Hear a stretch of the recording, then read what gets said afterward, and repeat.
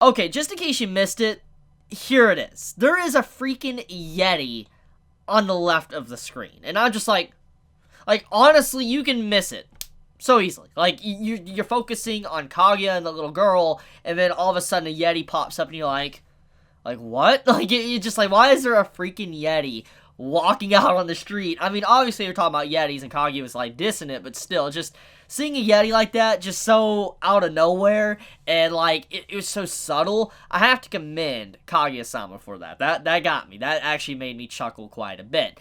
But okay. There's a lot of meta in this episode. Like, the intro sequence was freaking amazing. Like, okay, if you skip the intro, you missed out on something that was very funny. And if you have not watched it, I do recommend to watch the first, like, minute or less of the episode, because there's something that happens that's just, wow. They were very self-aware of what they did with episode 1 and episode 2, that they had to make fun of it in episode 3. So let me clarify and ruin the joke. So, as you know, in episode 1 and 2, you had the intro, which is normal for an anime, like explaining the situation, the characters, and all that. That's what, first episode does. Episode 2 came around, and apparently it was, like, republished or something in another magazine, and, the intro sequence had to be redone, and it was in chapter 2. And so they obviously adapted that in episode 2's anime, which got many upset, or a little bit like, what? Like, why are they repeating scenes like this in episode 2 of a series that just started? Doesn't make sense. And then we see this episode, it literally starts the intro sequence like it was doing in episode 1 and 2, but then all of a sudden a fast forward sound effect hits, and you literally see the entire intro just fast forward skipped. I'm like, this is some Gintama stuff right here. Like, this is what Gintama would do. Like, they would legit become very self-aware of their intro and just rush it and skip it and be like, get out of here. That had me dying. Like, soon as I saw that at the beginning of this episode, I knew I was in store for something really fun because of just how it started. But let's go over to the ending song, which once again I think some could have potentially missed, because there is a lot of anime watchers, even myself included, that typically when an episode reaches its end, I don't always stick around to watch the ending song. Gonna be honest. And oftentimes I do miss some certain things that happen after an ending song. I admit this as well.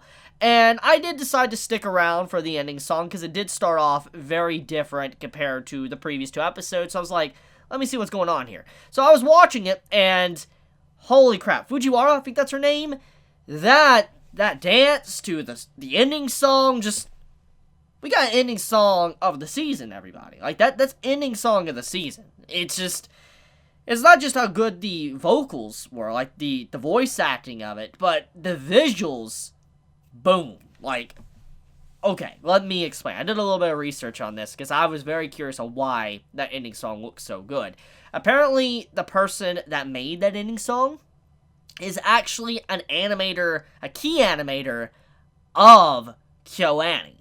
So, if you know anything from KyoAni and what they work on and how beautiful their animation is and art, then you know for a fact, then when you see this ending song, you're like, that makes sense why it looks so good. It makes sense now why the ending song was just so fabulous and stand out with the character animations. Just seeing the movement of the hands to the twirling of the skirt. There was just so much movement in that ending song. There was never a scene without movement and repeated movement at that you're like, man, this is some quality stuff. Like, that's just straight flexing at that moment. Like, literally, that ending song is flexing. Like, the Kaguya-sama, like, the entire staff working on this was flexing with that ending. Or at least the animator that was from KyoAni was flexing. Like, look at my animation. Look how good I can do an ending song. I'm just like, well, man, you got my attention. You definitely are flexing, and it's a good flex, because that was a beautiful and amazing ending song. Easily the best ending song of the season. But okay, let's talk about this episode. I have, kind of carried on long enough with the intro and the ending, so let's get into the content. So there is 3 segments in this episode, besides, like I said, ending, opening song. The 3 segments focus on a very similar style to the previous 2 episodes, and I do think there's a little bit more emotional weight in this episode compared to the first 2, because when we look at the events, there's many things that do set up for the future if a serious arc does indeed happen. So the first little segment of the episode was about Kaguya-sama thinking, different, or thinking something very different about what the meaning of is, did you do it? And I can't actually say the words because YouTube would be like, nope, get out of here if I was to say certain words. So, most likely, if you've seen the episode, you know what I'm talking about. And it's just very easy to put together. But, anyways, Kaguya-sama, your Kaguya, did not know the meaning of the conversation. She was completely oblivious to what the message was, going basically all the way with the significant other. And when she was like, oh, it was just kissing, the romantic, progression ended at kissing, she was completely unaware. She had no way to really know what she was really saying she's done. For instance, the president to Fujiwara, they already know. They know what it means to go kind of all the way. And when Kaguya-sama was saying she did it, they were in absolute shock. Wait, what? She is? And then when she thought it was just kissing, you're like, oh my god. Oh my god. And it was for a really funny moment, because I think in that moment Kaguya realized what she was saying to the president and how hilarious it was, because she was like, well, you have a younger sister, why haven't you done that? And I'm just like, Kaguya, do you realize what you're saying? And I mean, it's a common anime trope at this point. It's it's a cliche and a theme, and it's for laughs too. And just seeing the way that was said, I'm just like, really? And then all of a sudden, when you see she realized just kissing, you're like, oh. And she realizes what she said, and so the embarrassment got me. I just, God, I love that.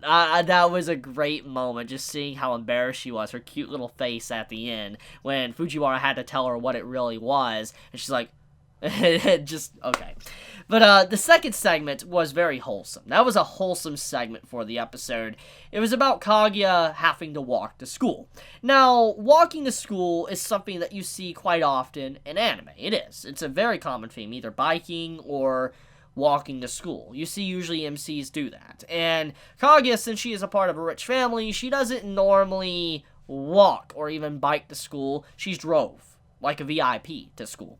And the driver, obviously the vehicle broke down, he couldn't drive her to school, so Kaguya wanted to be able to walk to school. It would change and break the monotony of life itself, because she's just been so used to driving to school that, having something different would be very refreshing. And obviously her walking to school, she wanted to be able to meet her crush, the president, and be able to, in some cases, drive back to school with him, go to school with him on the back of his bike. That's kind of what she wanted.